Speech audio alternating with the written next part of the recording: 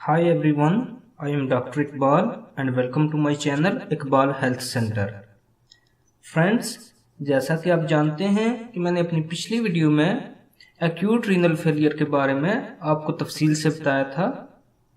तो फ्रेंड्स, मैं अपनी आज की इस वीडियो में क्रॉनिक रीनल फेलियर की वजूहात, अलामात और क्रॉनिक रीनल फेलियर की सूरत में इस्तेमाल होने वाली होम्योपैथिक रेमेडीज़ के बारे में आपको तफसील से बताऊंगा। तो फ्रेंड्स, अगर आपने मेरे चैनल को अभी तक सब्सक्राइब नहीं किया तो आज ही सब्सक्राइब करें ताकि फ्यूचर अपडेट्स और अपलोड्स आपको टाइम से मिल पाएं। और अगर आप पहले से सब्सक्राइबर हैं तो नोटिफिकेशन बेल पर क्लिक करें ताकि जैसे ही कोई वीडियो अपलोड हो आपको नोटिफिकेशन मिल पाए और आप उस वीडियो से मुस्तफीद हो सकें। व्यूअर्स, क्रॉनिक रीनल फेलियर में गुर्दे तकरीबन नाकारा हो जाते हैं और इसकी वजूहात में वो तमाम वजूहात भी शामिल हैं जो एक्यूट रीनल फेलियर की सूरत में हैं। लेकिन इसके अलावा कई ऐसी बीमारियां हैं जो क्रॉनिक रीनल फेलियर का बायस बनती हैं।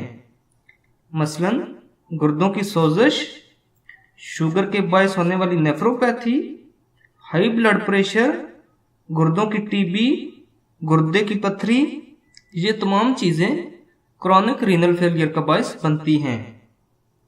इसके अलावा मुख्तलिफ अंग्रेज़ी अद्वियात के बायस भी गुर्दे फेल हो जाते हैं। मज़ीद यहाँ पे मैं एक अहम बात मेंशन करता चलूँ कि आजकल मर्दाना ताकत को वक्ती तौर पर बढ़ाने वाली मुज़र अद्वियात, जिनमें मुख्तलिफ केमिकल्स और कुश्ता जात शामिल किए जाते हैं, ये भी गुर्दों को ख़राब करने का बायस बनते हैं। फ्रेंड्स, अब मैं आपको क्रॉनिक रीनल फेलियर की अलामात के बारे में बताता हूँ ताकि अगर आप किसी मरीज में ये सिम्टम्स देखें तो आपको आइडिया हो जाए कि मरीज क्रॉनिक रीनल फेलियर की तरफ बढ़ रहा है। व्यूअर्स, इस कंडीशन में शुरू में कोई अलामतें नजर नहीं आती, लेकिन वक्त गुजरने के साथ साथ मरीज थकन की शिकायत करने लगता है, जिस्म में कमजोरी बढ़ने लगती है और मरीज खून की कमी का शिकार होने लगता है, मतली और कै होने लगती है, अक्सर सर दर्द रहने लगता है और याददाश्त खराब होने लगती है। मरीज का सांस फूलने लगता है, आहिस्ता आहिस्ता मरीज की हालत बदतर होती चली जाती है और आखिरकार मरीज को कोमा हो जाता है। ये कैफियत उस वक्त होती है जब खून में यूरिया और क्रेटिनिन की मिकदार बहुत ज्यादा बढ़ जाए। मरीज को हिचकियां आती हैं और जिस्म पर खारिश होती है, जिस्म के उज़लात और पट्टे कमजोर हो जाते हैं। एसाब की खराबी के बायस बाजुओं और टांगों के निचले हिस्सों में सुन होने का एहसास और सुइयां चुभने लगती हैं। मर्ज बढ़ने के साथ साथ मरीज की कुव्वत मुदाफ़ियत जवाब देने लगती है, मरीज की हड्डियां कमजोर हो जाती हैं, दिल की झिल्ली में पानी पड़ जाता है और जिस्म में सोजन नुमायां हो जाती है। इसके अलावा मरीज का ब्लड प्रेशर बढ़ जाता है।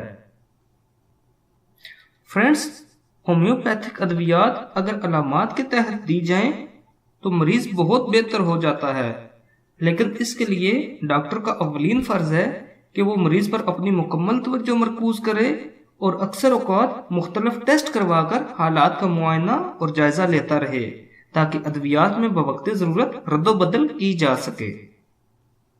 बाज़ औक़ात हम देखते हैं कि मरीज को सर्जरी की ज़रूरत होती है।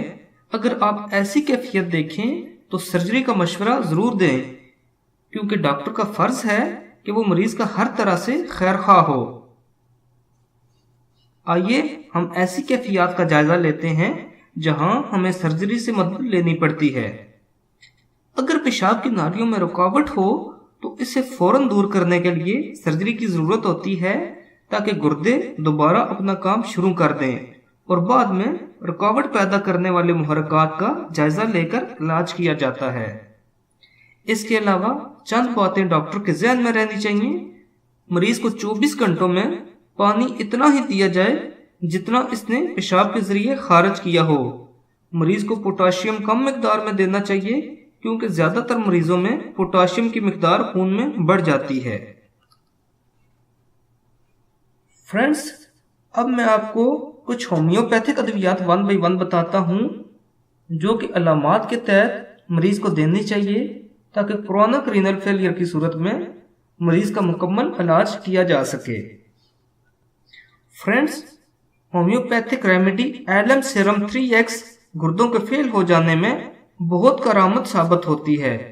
इस दवा के देने से पेशाब ज्यादा मिकदार में आने लगता है और तबीयत संभलने लगती है।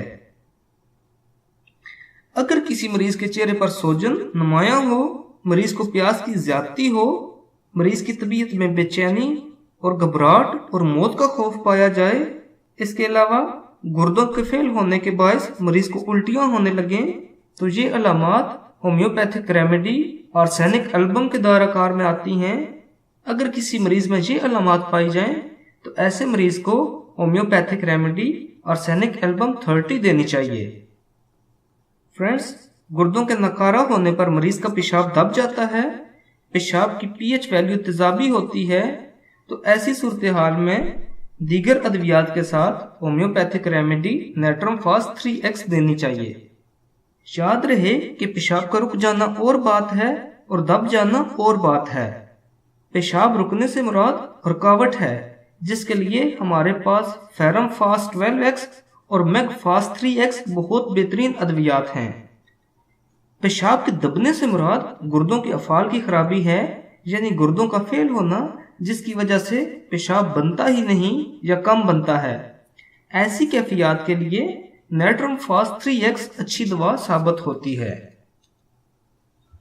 व्यूअर्स, गुर्दों के फेल हो जाने से अगर मरीज के जिस्म पर सोजन आ जाए या जिस्म में पानी पड़ जाए, तो होम्योपैथिक रेमेडी वेसिकेरिया का मदर टिंक्चर या वेसिकेरिया 3X इस्तेमाल की जा सकती है। फ्रेंड्स, अगर एक्यूट रीनल फेलियर की सूरत में मरीज का चेहरा सुर्ख हो और पेशाब का रंग गहरा हो जाए, जिस्म के पट्टे फड़कने लगे और झटके पड़ने लगे, तो ऐसी सूरत हाल में होम्योपैथिक रेमेडी बेलाडोना 30 इस्तेमाल की जा सकती है।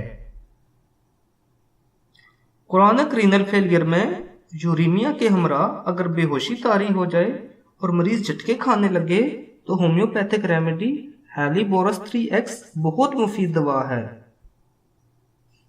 अगर मरीज की आंखों की पुतली पर रोशनी डालने से कोई रिएक्शन जाहिर ना हो, ऐसी सूरत हाल में होम्योपैथिक रेमेडी हेलीबोरस 3X देनी चाहिए। फ्रेंड्स, अगर किसी मरीज में चेहरा सुर्ख, बेचैनी, पेशाब का कतरा कतरा आना, शदीद दर्द और जलन के साथ पेशाब का खारिज होना, ये अलामात पाई जाएं, तो ऐसी सूरत में होम्योपैथिक रेमेडी कैंथरस 30 इस्तेमाल की जा सकती है। व्यूअर्स, अगर मरीज का चेहरा मुर्दों जैसा जर्द हो, सांस की रफ्तार बहुत कमजोर और नाफ के गिर्द खिंचाव का एहसास हो, तो ऐसी सूरत हाल में होम्योपैथिक रेमेडी प्लम्बोमेट 1 की एक खुराक देनी चाहिए। अगर किसी मरीज में गुर्दों के मकाम पर बोझ, पेशाब गहरे रंग का और गदला, गुर्दों के फेल हो जाने की वजह से जिस्म में तशन्नुज का होना, ये अलामात पाई जाएं, तो ऐसी सूरत हाल में होम्योपैथिक रेमेडी टेरिबेंथीना 3X देनी चाहिए। अगर किसी मरीज में गुर्दे फेल हो चुके हों, शुगर का आर्जा हो, पेशाब में प्रोटीन खारिज हो रही हो, जिस्म पर सूजन नुमाया हो, तो ऐसी सूरत हाल में होम्योपैथिक रेमेडी यूरिया 6 देनी चाहिए। फ्रेंड्स, अगर किसी मरीज की कंडीशन ऐसी हो जैसे जानकुनी के वक्त हुआ करती है, गुर्दों के फेल हो जाने से मरीज को तशद्दुद दौरे पड़ते हों और जिस्म का रंग नीला हो गया हो, तो ऐसी सूरत हाल में हाइड्रोसायनिक एसिड 6 देनी चाहिए। फ्रेंड्स, अगर गुर्दे की पथरी के बायस मरीज के जिस्म में पानी पड़ जाए, पेशाब की मिकदार बढ़ जाए, तो होम्योपैथिक रेमेडी गैलियम अप्राइन का मदर टिंक्चर देना चाहिए। ये एक पेशाब आवर दवा है। व्यूअर्स, उम्मीद करता हूँ आपको मेरी आज की ये वीडियो पसंद आई होगी। मजीद मालूमाती वीडियोस के लिए मेरे चैनल इकबाल हेल्थ सेंटर को सब्सक्राइब करना मत भूलें। वीडियोस को लाइक और शेयर ज़रूर करें ताकि ज़्यादा से ज़्यादा लोग इससे मुस्तफ़ीद हों। अपना और अपनी फैमिली का बहुत बहुत ख्याल रखें। Take care and good bye.